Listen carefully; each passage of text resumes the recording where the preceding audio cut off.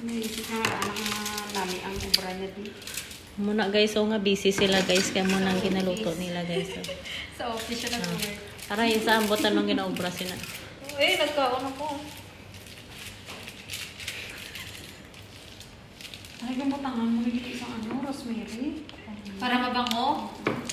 Sino ba yung sabing ayaw niya ng rosemary? Juan eh. Nagbutra kasi kaya wala na lang eh. Ito pa, flower. Gusto mo ako tsinta? Ay, wala na talaga. Hindi pa ako dito. Tapos kung mag-order ka nyo, 150 na eh. Wow. 150 isang kilo? Isang ganito. Hindi pwede sa Tapos, manipis pa yun.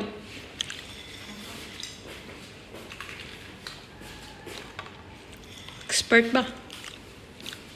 Expert sa simi sa bubudmura na yan. Pati sa lukayan.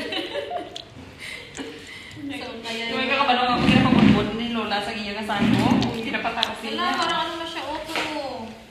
Ito na Diba, yung... Ate Mary? Maganda siya kapag meron siyang ganyan, toppings. Kaya nga, dapat kasi basa-basa yan kasi Okay lang. gusto mo may toppings eh. Namet.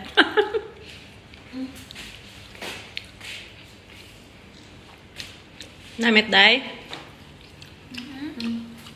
Jo, ano ka namet? Nakalimutan ko yung pangalan ko. Ang harap. Malagkit talaga, no? Malamang, mag-lip din eh.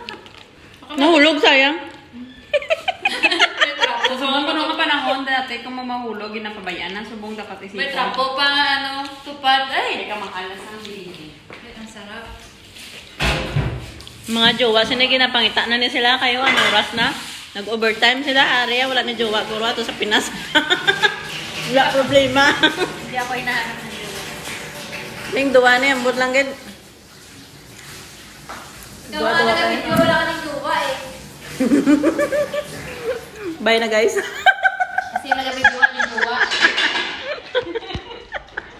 Walang nag- Bye na guys. Bye na guys.